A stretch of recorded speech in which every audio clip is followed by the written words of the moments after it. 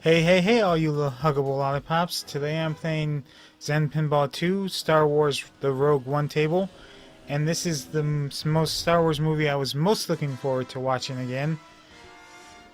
As I said in one of my previous review videos, for my practice review videos, the I don't really rewatch movies. I'd rather go and find an experience I've never seen before instead of reliving the experience.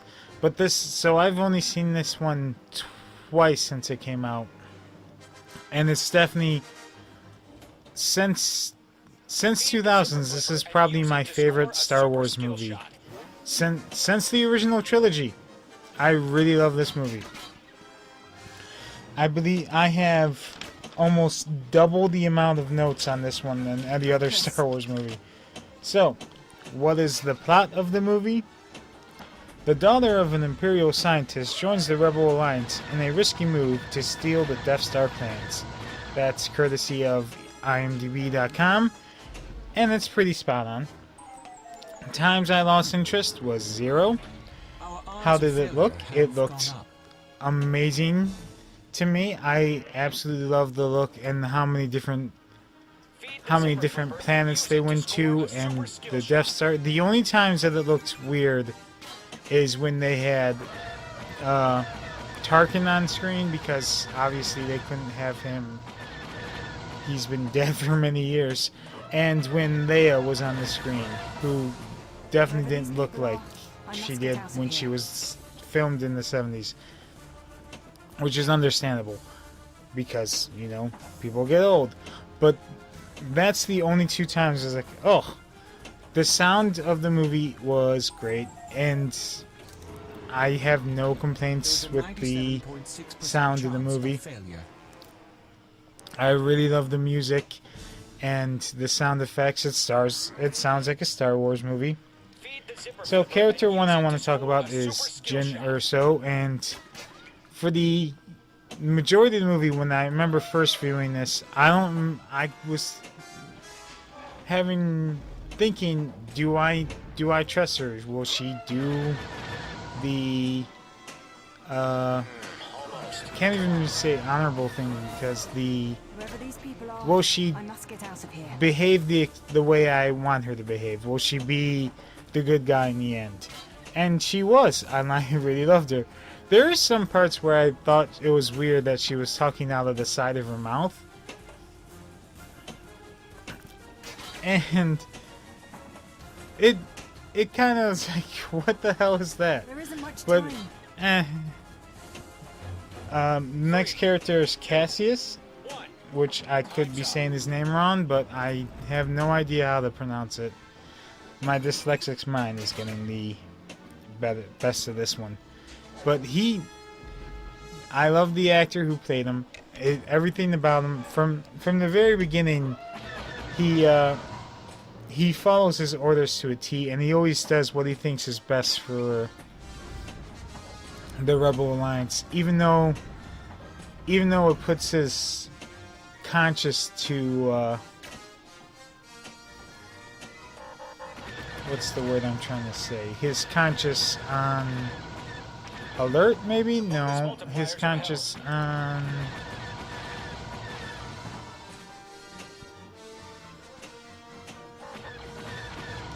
even though I can't think of what I'm trying to say.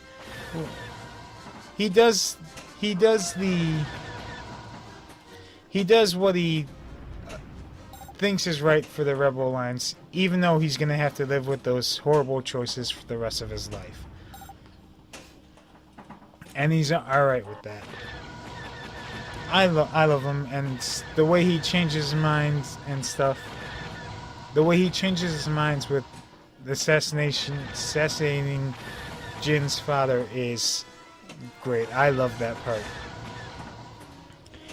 The third character is Kirk, and I love just seeing a Grand Moff on screen, and he's trying so hard to be good at his job and failing in every way possible, from trusting Jin's father to build the Death Star from, which was his biggest mistake, to going to, oh, I forgot the name of the planet, and trying to review all the I must get out of here. plans and communications.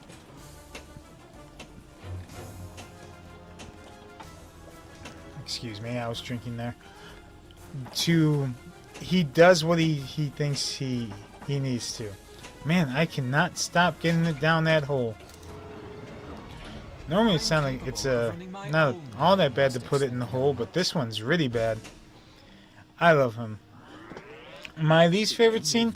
I don't know if I have a least favorite scene. I very much love every part of this movie. Oh, I know what it would be. It would be the first Tarkin scene. Yes, it's just so cringy to me. And that scene's always hard to watch. I will always want to look away. My most favorite scene was pretty easy. It was Darth Vader at the very end, and we've never really seen him on screen. We've never seen him be so amazing with the lightsaber since he's been in the suit. But what book was that? Lords of Sith. I've listened to that book, and that's when I listened to Lords of Sith, that is what I pictured, that Darth Vader, and he was incredible. I would love to see a full movie of just that. So, my thoughts. I must get out of here. No text crawl from the very beginning, which from the very first time I saw this, is, oh, that's the way it started. Which already differentiates itself from the episode movies. Which I love. I love the text crawl, but sometimes for dyslexic, it's a little hard to read all that and not get fatigued.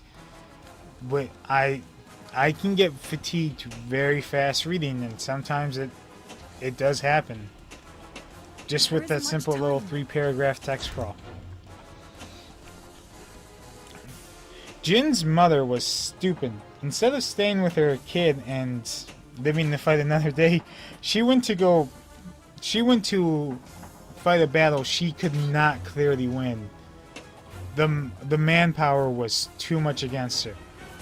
She could have kept her daughter safe, and she decided not to. I blame Jin's mother, more than her father, for anything in this movie. Cassius is... Feed the zipper flipper and use it to score a super skill shot.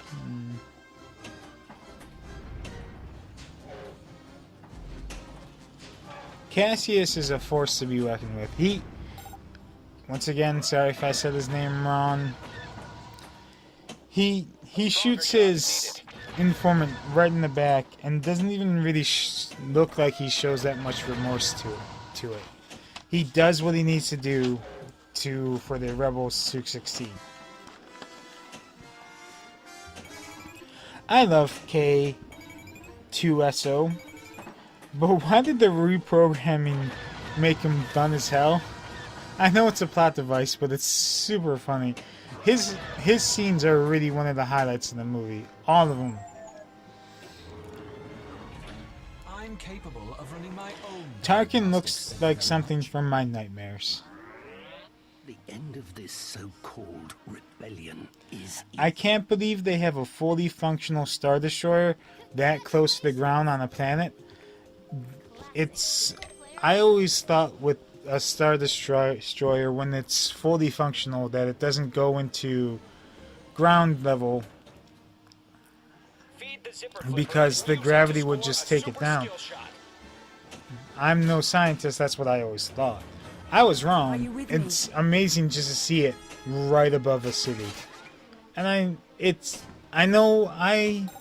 For some reason, whenever I think of them building Star Destroyers, I always think of it doing it from Almost. Come on. multiple planets and then assembling it in Our space. odds And of I know that's failure not have gone up. why I've gone through enough of the universe, or at least the Legends Feed the universe, Timber Flipper and use it to know score that's a not super right. skill But shot. that's what I always thought. Oof. Oh man, that little girl Jin saved is dead from the star death. That sucks. We have that great emotional scene where Jin saves that little girl's life, and then the star death just completely comes and destroys the whole city, making her efforts useless, basically. This movie has a dark tone to it, Whoever but these yet people are, isn't. I must get out of here. The brightness isn't dark, which is, if you want to do a dark movie, that's the way to do it, not like how Solo did it, where the brightness on the movie was dark and the tone kind of sucked. There is a 97.6% chance of failure. Are you kidding me? I'm blind. This is the first movie I saw A super skill Donnie Yen in, but it's not the last. Because of this movie, I went and saw, I've seen quite a few of his movies now. I have seen Ip Man, and that was Yip Man, and enjoyed it.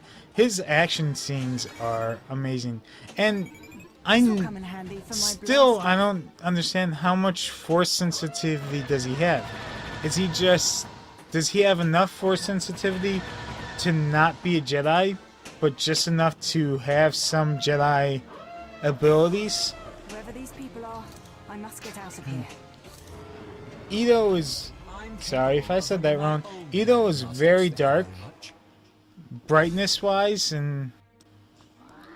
brightness-wise, but I'm so invested in the plot, it doesn't bother me at all. I just don't care. Everything in those scenes, you can clearly see it's like Feed the Timber their Flipper and use it to score a super skill shot. their bodies were brighter than the actual camera work in it, and I loved that. Come on. And we're at the end. That was the ghost from Rebels at the end, and I didn't see that at first. I actually had a friend of mine tell me that he saw it when we went to the theater, and I missed it. And Take the next chance. every time I was On like, the next. there it is. I love the Rebel show for the most part. Some of the episodes I don't remember as much, but the Ghost is a very fun ship. I would love seeing it on the big screen, even though I didn't see it on the big screen. I love seeing it in the movies. X-wings are the fucking best ships in the universe. They can take down an AT-AT and at that no problem when their speeders didn't. Right in the neck, took it straight down. They're amazing. They're amazing ships. Did anyone else cry when Kay died? Because I thought it was very weird that they were able to get me to cry, but it's not a big deal. I cry at a lot of things. When Kay died, it's a robot. I mean, it really doesn't. It shouldn't have feelings, although somehow in the Star Wars universe they do have This'll come feelings. in handy for my blaster. I was very sad about that one. The bonus multipliers are held. And that's all my thoughts that I've written down on the movie. I think one of my favorite parts of the movie is that all of the main characters die. It's not a happy ending for them. Whoever None these of people them, are, I must get but out of here. they succeed in their mission, and because they succeed, they're able to save countless lives because they were able to get those plans. And Our each odds one of them failure gets have a gone up. hard to say. Each one of them gets a memorable death. Feed the zipper flipper and use it to score a super skill It's a shot. very emotional ending. And you really, it's great that they did it like that. That they made it so dark. Magna save activated. So, if I was to rate this movie out of 10, I'm giving it a 9. I absolutely love this movie. with I me? could put this movie in any time and watch it, although I won't because I want to try and find a new adventure, but still, it's a very memorable movie, for me at least. If I was to recommend it on a scale to 5, I'm giving it a 5. You don't even need to watch the episodes to watch this one. You can watch this one at any time you want. Magna save stacked. I think the biggest success of this movie was, though, that because this movie was so good in my opinion, that it actually got me to look, or the biggest failure, let's say the biggest failure. The biggest failure of this movie is, because it was so good in my eyes, that it actually got me excited for Bonus Solo, multipliers are held. which is nowhere near as good as this movie.